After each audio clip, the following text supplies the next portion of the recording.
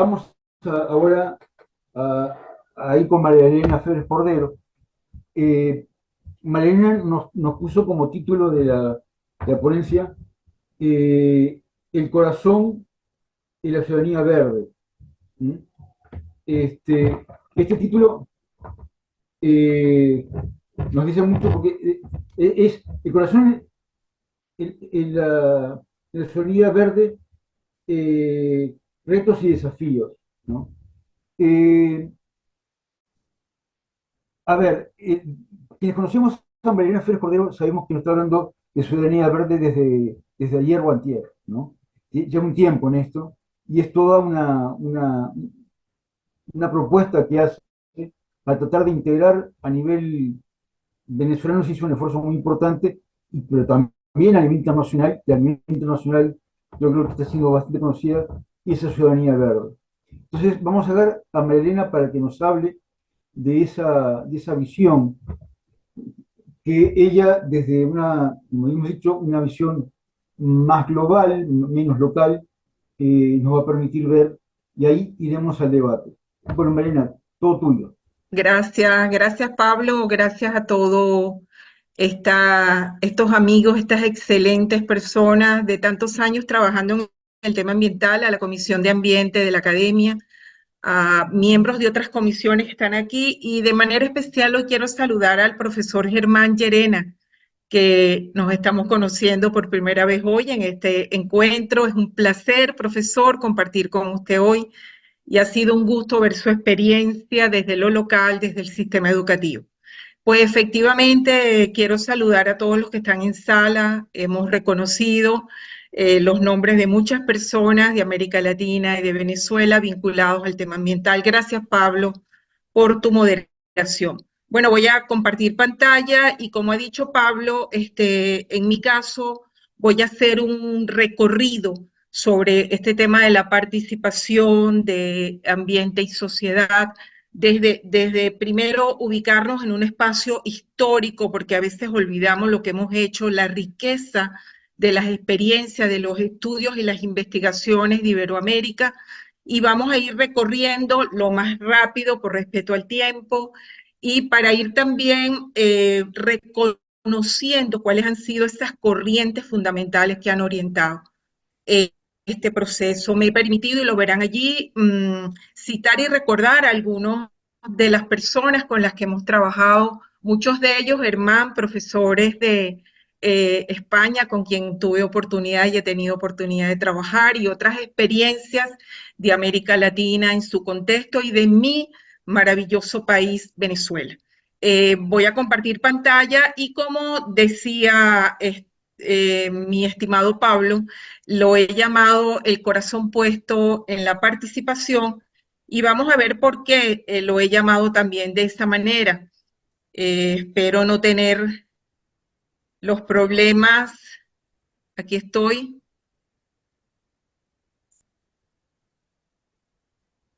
Vamos a hacerlo rápidamente. ¿Ya está bien para todos? Pablo, ¿lo están viendo todos? Está Sí, se ve bien. perfecto. Ok, muchas gracias. Bueno, inicio esta ponencia, este compartir, dialogar con ustedes hoy, con ese corazón puesto en la ciudadanía verde, para recordar y valorar los ámbitos de acción en los que hemos trabajado durante tantas décadas del tema ambiental. Nos vamos además a colocar en eso lo que hemos denominado también desde hace mucho tiempo, estos hitos históricos que han marcado la vida, el trabajo de la gestión ambiental para el desarrollo. Yo me voy a permitir a este honorable auditorio, aunque sé que los que hoy están allí conocen este proceso, han estado compartiendo este trabajo, pero porque siempre es bueno, como le decíamos al profesor Llorena, recordar, aclarar un concepto, compartir momentos claves en la humanidad desde el año 72 con Estocolmo, cuando quedó absolutamente claro la labor indispensable de la educación, de la participación en las generaciones presentes y futuras, ya se definía la meta de la educación ambiental. No la voy a leer, la conocemos, pero parece mentira. En el año 1977, con absoluta claridad pudimos ver cómo podíamos abordar este tema cuando ya países de América Latina y del mundo comenzaban a construir un proceso de institucionalidad legal, de procesos educativos, de participación, de ordenación del territorio, etcétera, enmarcados en estas orientaciones de los organismos internacionales y de esos planteamientos de la comunidad internacional. Imposible olvidar a Río. Yo soy alguien que siempre parto de lo que estamos haciendo, pero jamás olvido lo que hay detrás, los que han trabajado, los que nos han acompañado, los que han hecho que este proceso esté aquí y que hoy podamos estar juntos. En la Declaración de Río fue fundamental para entender el papel, se abonaba el proceso de la sustentabilidad y habían dos grandes frentes que nos habían armado, como fue la Estrategia Mundial de la UICN en el 80 y por supuesto nuestro futuro común. No olvidar la conferencia del 92, como mencionaba, que ya decía, velen porque todas las personas, sea cual fuera su edad, tengan acceso a la instrucción y al desarrollo. Pasamos a este siglo y en el 2002 vamos entonces a Johannesburgo. Y ahí en Johannesburgo se nos habla del proceso, perdón que lo pasé antes, va mucho más allá para definir y valorar qué habían hecho los gobiernos, las empresas, la escuela, la universidad, los sistemas educativos en esta materia. Y hubo un gran hincapié, fíjense ustedes, en el momento que estamos hoy, en el tema de la paz, los derechos humanos y el respeto de la diversidad cultural. No olvidar tampoco en este escenario lo que pasa en Brasil en la última conferencia del 2012, que ya se nos subraya que se exigen medidas concretas y solo se podrá lograr una amplia alianza de personas, gobiernos, sociedad civil y sector privado. Es la manera de abordar la concepción de participación que desde el siglo pasado hasta este ha tenido un recorrido interesantísimo que hoy no me da tiempo de valorar todos sus aspectos. Con esta situación, con estos hitos históricos que además nos hacen disfrutar, como decía Carmelo, porque muchos de nosotros tuvimos la oportunidad de estar aquí, de aprender, de recorrer caminos y construir itinerarios, nos vamos entonces a mirar juntos, les pido que me acompañen a abrir esta puerta, abrir estas ventanas sobre las corrientes ambientales definieron nuestro trabajo para entender todo lo que implicaba la sociedad y el ambiente, todas las relaciones entre sociedad y ambiente y por supuesto como momento transversal la complejidad. Allí coloco una de las corrientes con las que hemos trabajado todos los que estamos aquí, que ha sido la complejidad, y quiero decirles que empecé a trabajarla en la Universidad Nacional de Educación a Distancia aquí en Madrid, cuando trabajé en el máster en educación ambiental con mi tutora de tesis, la doctora María Novo Villaverde. Esta complejidad la hemos trabajado y quiero hoy dedicarle unos segundos a varias universidades con las que he tenido el honor de trabajar en mi país, la Universidad del Zulia, la Universidad Pedagógica Experimental Libertador con sus diferentes institutos pedagógicos como el de Caracas, la Universidad Católica Andrés Bello, donde hice vida académica, y hoy la Universidad Monte Ávila. Esta complejidad nos abrió una mirada y hoy, y decíamos antes, en tiempos de incertidumbre para la humanidad, porque nos arropó a entender que solo era posible hablar del tema ambiental desde una visión transdisciplinar. Eso además hizo más complejo los procesos de participación, porque a veces los países formularon políticas o formulamos políticas públicas, pero había que entender qué pasaba en los contextos, cómo entendían las diferentes agrupaciones, colectivos, los actores de la sociedad civil, como los empresarios que yo coloco aquí a mano izquierda, cómo se entendía la ciudadanía y la comunidad planetaria. Y cuando comenzamos a abordar las nuevas culturas, de las que voy a hablar muy rápidamente, Este proceso de ciudadanía ambiental lo abordamos en tres grandes momentos: el papel del Estado, los factores globales y planetarios y el desarrollo y definición de políticas públicas. Allí no hubo otra alternativa que situarnos en una visión integral del proceso de reconocer el ambiente, pero además entender cómo íbamos a abordar la sustentabilidad. ¿Qué va a pasar con este nuevo modelo de desarrollo que abordábamos desde que ya nos hablaba la UICN en los años 90 y que desde la Cumbre de Río y luego el informe Brundtland desmenuzaba los procesos ambientales de gestión desde una visión mucho más amplia, no solo en lo social, lo ecológico y lo económico, sino en lo político y lo ético, teniendo claro que no hay sustentabilidad si no entendemos el respeto a los derechos humanos, a la diversidad cultural y a la democracia, porque el desarrollo como tal es inseparable de la cultura. Y allí me voy a la cuarta corriente, que para mí, claro, como decía Pablo, trabajamos en el Ministerio del Ambiente y en todas las universidades y organizaciones ONG con la educación ambiental, a la que le dimos el protagonismo. Como mencionó en algún momento el profesor Llerena, fue clave la formación en materia de educación ambiental en todos los niveles. No era solo en la educación, en el sistema educativo, sino teníamos que abrirnos a esas reformas estructurales, a la institucionalidad y a la formación de cuadros de técnicos y líderes en nuestras instituciones. La educación ambiental fue cobrando cantidad de toques, de dimensiones, de riquezas. Y yo hoy quise traer a este honorable auditorio, a estos queridos amigos,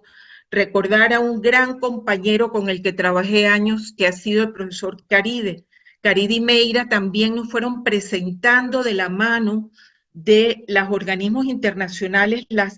el desarrollo, la educación para el desarrollo sustentable como una práctica social crítica, sino una educación más vinculada a las dimensiones políticas, a la dimensión ética.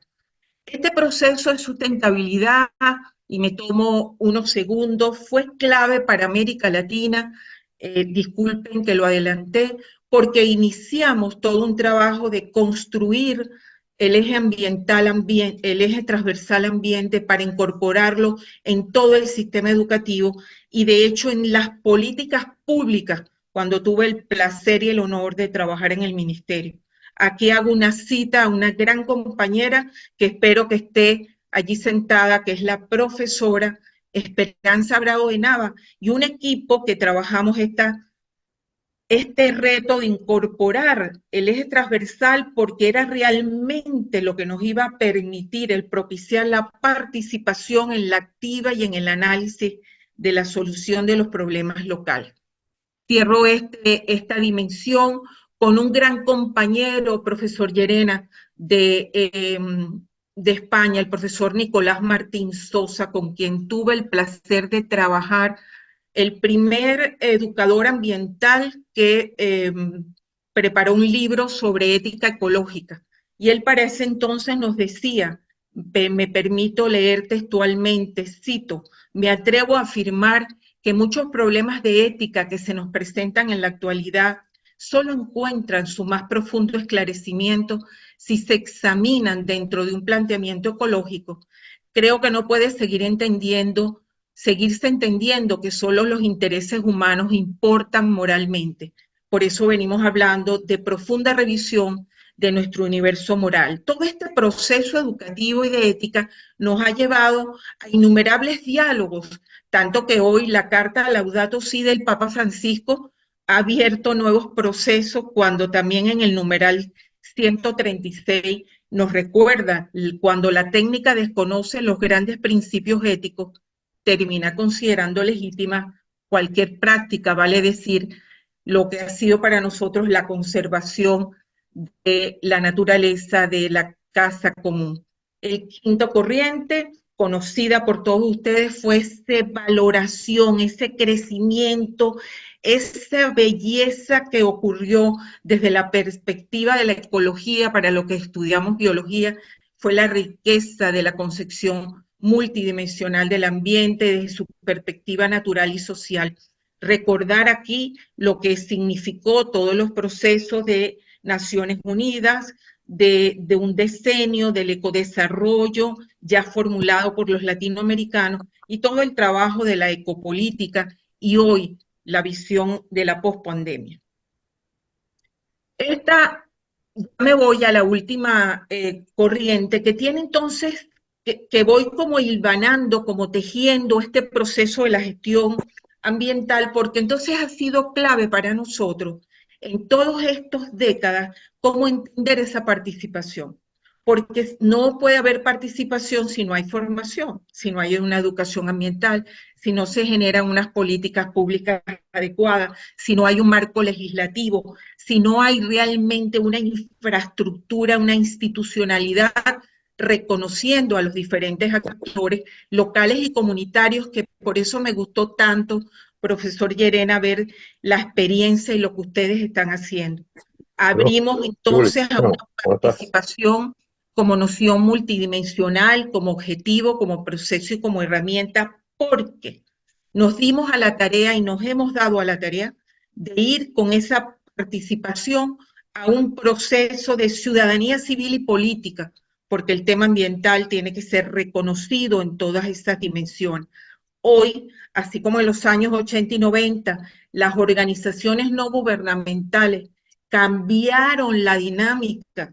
de las reuniones internacionales, nos cambiaron y recordará Pablo, recordará Esperanza, recordará Carmelo, recordará Oscar y tantos que hoy nos acompañan, cómo el movimiento de las organizaciones no gubernamentales fue riquísimo. Fueron nuevas organizaciones, actores emergentes y grupos que hoy están definiendo el ejercicio de la ciudadanía para garantizar que los objetivos sociales del desarrollo se incorporen en las decisiones públicas, como comenzamos a trabajar desde la década de los 80. Por tanto, afinar hacia la ciudadanía civil y política, quiero decirle a mis amigos, tema que estamos trabajando en la Universidad Monte Ávila en Venezuela, en un programa de formación de liderazgo político para el país, desde la Universidad Monte Ávila y desde la organización Mujer y Ciudadanía a la que pertenezco. Estamos formando hombres y mujeres claves de los amplios sectores del país para que puedan actuar en el proceso venezolano que ya todos conocen y no voy a hacer ninguna referencia en este momento. Cierro esta segunda parte haciendo una cita que tuve el placer de trabajar con el profesor Dimas Floriani de Brasil, pero el tema fue que los latinoamericanos, arrancando este milenio, nos reunimos para formular toda una propuesta que terminó siendo un texto riquísimo, porque fue ver nuestros procesos de gestión, de educación, de participación, del papel de la empresa, de todos los ámbitos en materia de gestión, y allí definimos la importancia de una nueva racionalidad ambiental que presupone generar nuevos marcos institucionales para las políticas científicas y tecnológicas. Allí cumpliendo un papel fundamental las universidades, las prácticas pedagógicas y de investigación. Este cuadro que pongo aquí, pues para refrescar este momento con imágenes de nuestro maravilloso país, Venezuela, y lugares donde hemos trabajado. Voy ahora en este momento a la tercera parte, que sería la última de esta ponencia. La hemos llamado Ciudadanía Verde. ¿Por qué? No es diferente de lo que hemos hablado, la participación, sino que hay todo un proceso, hay un trabajo en los últimos años para afinar, mejorar,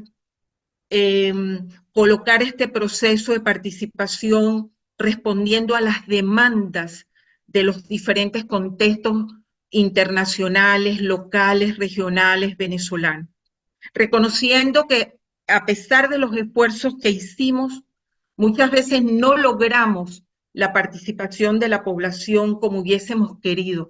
No es hoy el momento de valorar ese proceso, de analizarlo, pero sí de entender que debemos seguir teniendo nuestro corazón puesto en la ciudadanía. Y cuando hablamos de ciudadanía, hablamos de todos los actores de esa ciudadanía. El papel, por ejemplo, tan importante de los educadores, pero de los comunicadores sociales, el papel de todos los actores que están, de las empresas y de todo ese amplio espectro en el que nos hemos movido todos estos ámbitos. Hemos colocado el corazón de la ciudadanía en los últimos años en estos 4 programas: gestión ambiental integral, gestión educativo ambiental, gestión de educación y participación y educación y comunicación ambiental. Quiero decirles que hemos llegado en las últimas décadas. Carmelo ha participado especialmente con mi persona en todo este proceso de ciudadanía verde vinculado a un trabajo en Venezuela de lo que es de lo que ha sido y lo que es FUNVIVE, la Fundación Internacional Vida Verde, y otras organizaciones tanto en Venezuela como en América Latina. No me ha dado tiempo de mencionarles, pero tomo unos breves segundos, si ustedes son tan amables y me lo permiten, para recordar el paso que dio, por ejemplo, Bolivia hace unas décadas para constituir el Ministerio del Ambiente, o las políticas educativas de Colombia que han sido ejemplo, o los procesos de formación que se dieron en Ecuador, o todo el trabajo en biodiversidad y en investigación que ha hecho Brasil, o bien Costa Rica con su sistema de gestión ambiental para todo el país. La participación ciudadana para nosotros, después de tanto trabajo, es clave entenderla con creación de capacidad humana. Nadie participa si no se forma, pero nadie participa si no se le permite realmente participar en la construcción de ciudadanía, si no se crea capacidad humana para ver a los problemas, para hacer realmente una transformación social desde, por supuesto, la dinámica política, nuestra visión de la democracia, en un compromiso por la sostenibilidad y, por supuesto, dentro de cada país y dentro de nuestras realidades, las condiciones institucionales y legales. Esto quiero decirles que pasó mucho tiempo en nosotros, en discusiones y en trabajos y en investigaciones y en la puesta en marcha de proyectos a todo nivel y con Latinoamérica, haciendo un reconocimiento de lo que decía nuestro querido amigo el doctor Enrique Leff, que la crisis socioambiental de América Latina en gran parte se debía a un problema del conocimiento, de cómo habíamos entendido, cómo habíamos trabajado, cómo habíamos analizado todo este proceso, y desde allí he venido trabajando con todo este equipo, con estas universidades de las que me siento honrada trabajando, de sus investigadores, para entender la ciudadanía, para poderla desmembrar, construir, propiciar, dialogar, generar procesos, cambios, viéndonos en este momento, y permítanme, en las crisis globales, pero además en una riqueza que estamos abordando hace un tiempo, que son las nuevas culturas, la nueva cultura del agua, la nueva cultura energética, urbana y demográfica, que tuve el placer, además, invitada por esta comisión, de hablar de la cultura del agua hace unos meses. Y voy ahora, estos jóvenes son los que nos alientan a continuar adelante, nuestros alumnos, solamente cuando nos dicen: usted es responsable de parte de lo que ha ocurrido o no ha ocurrido en el país o en América Latina. Ellos son los que nos animan y nos impulsan a continuar trabajando por este mundo mejor, por un mundo mejor. Y por supuesto, yo siempre tengo como referencia los ámbitos a nivel mundial, los temas en los que las investigaciones han aportado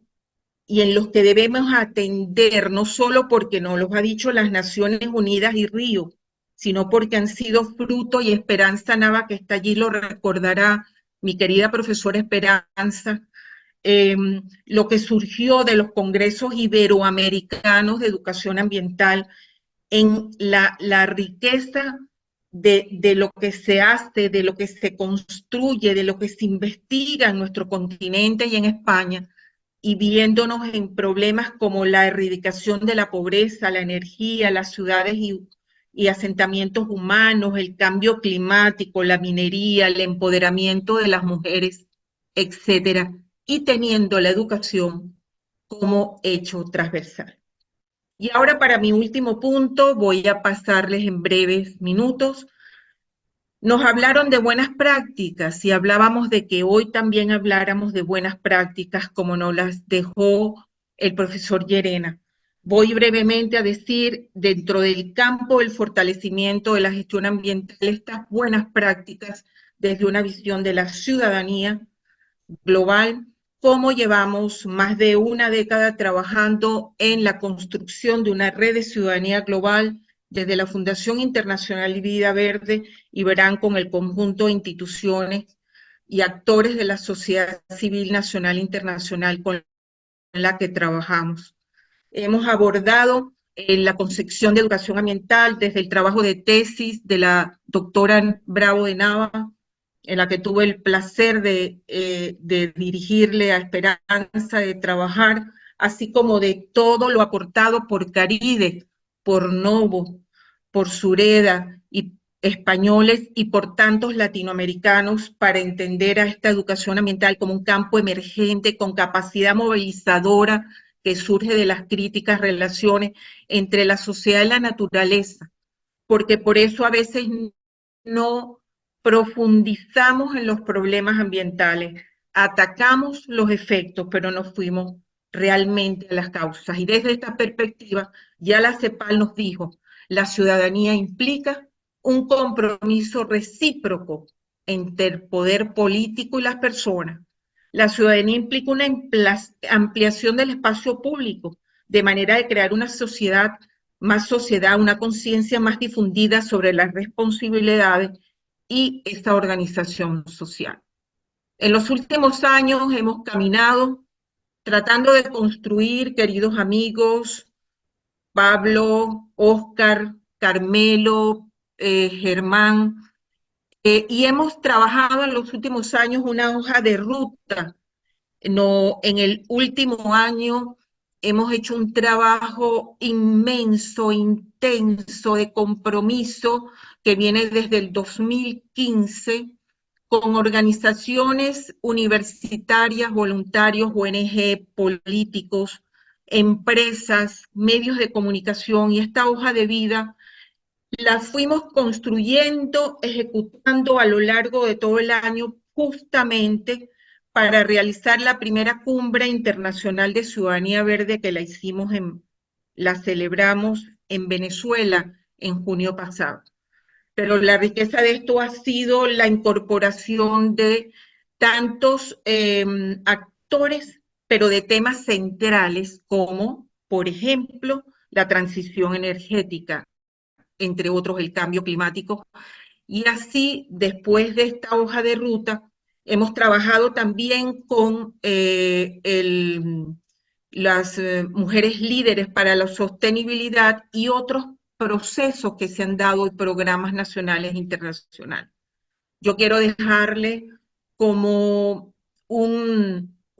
regalo, quiero compartir con ustedes y el equipo, el excelente equipo de la comisión se los enviará por correo para que conozcan el manifiesto preparado en Venezuela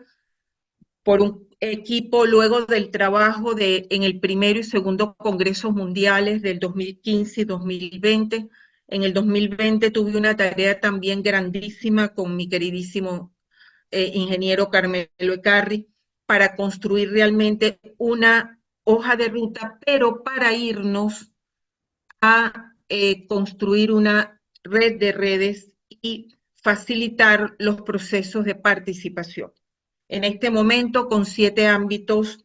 prioritarios en los que estamos trabajando, nacional e internacional, el propio ámbito de FUNVIV y sus aliados, las universidades, claves y los niveles educativos, la sociedad civil en su contexto, dándole en el quinto ámbito la importancia de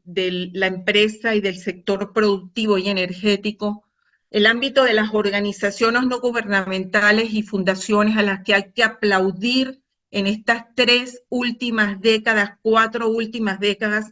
por la labor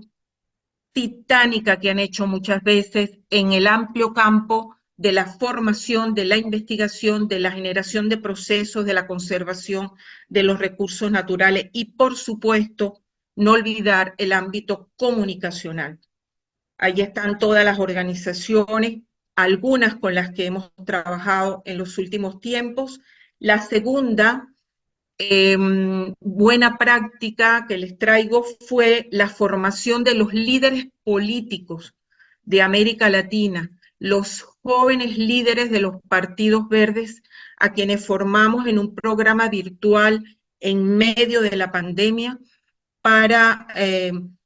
hacer de ellos realmente unos líderes en materia de gestión ambiental, y lo trabajamos con la Green Forum y otras organizaciones. Esto fue fundamental, y esta es una síntesis, por supuesto, una infografía de cómo hemos ido valorando. Profesor Llerena, me encantaría recibir su análisis, sus observaciones a toda esta concepción de la educación ambiental, de la sustentabilidad para la construcción de ciudadanía. Me permito, para ir cerrando, hacer también presentar a estos amigos, a este querido auditorio, lo que ha sido y sigue siendo el trabajo en América Latina de la Red Eclesial Panamazónica, fuente de vida de la Iglesia, haciendo vida en todo el Amazonas venezolano, logrando el trabajo, la formación, la participación en todos esos países en donde estamos en el Amazonas. He tenido el honor y el regalo de la vida profesional y académico de formar parte del equipo de la Red Eclesial Panamazónica y del Comité Venezolano, porque este Amazonas, esta maravilla que nos conecta a tantos países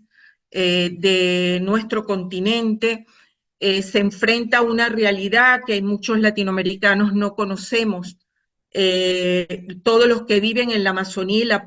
y la pueblan dicen: somos 390 pueblos y nacionalidades distintas con una identidad cultural propia, y 120 pueblos libres en aislamiento voluntario. Allí hay ribereños, quilombolas, campesinos, ciudades, gente que vive en ciudad, gente que está haciendo vida en Venezuela, en Colombia, en Brasil, etcétera. Y en esa Amazonía vivimos 3 millones de indígenas. A todos nos une las aguas de un gran río. Por eso antes yo hablaba, lógicamente, de esa nueva cultura del agua, esta nueva visión y ese enriquecimiento de la concepción de participación de la mano de las grandes corrientes que hemos visto, como la complejidad, la noción multidimensional del ambiente, la sustentabilidad, entre otras. Y cierro con un grupo de jóvenes que tienen un movimiento en América Latina y en todos los 5 los continentes del planeta, que es el movimiento Laudato Si, que ha generado procesos de participación de una riqueza grandísima. Dándole a ustedes las gracias por haberme acompañado, termino con una cita del numeral 164 de la carta encíclica Laudato Si del Papa Francisco, que dice: el planeta como patria y la humanidad como pueblo que habita una casa de todos. Muchísimas gracias. Sí, bueno, muchísimas gracias, María Elena. Eh, el chat ha estado activo y te agradezco mucho, María Elena, todo tu aporte, que creo que hay que mencionar allí, bueno, mencionar, tú lo mencionaste claramente, eh, tu vinculación con la iglesia y lo que tiene que ver con la declaración de Laudato Si, ¿verdad? Que marca un antes y un después dentro de la visión de la Iglesia Católica del tema ambiental. Aunque tú, por supuesto, por supuesto, fuiste mucho más amplia recorriendo toda la historia de la institucionalidad ambiental con sus diferentes escalones que fue teniendo, haciendo un instituto principal en Río, pero luego con cada tanto tiempo actualizándose con diferentes tipos de definiciones, ¿no?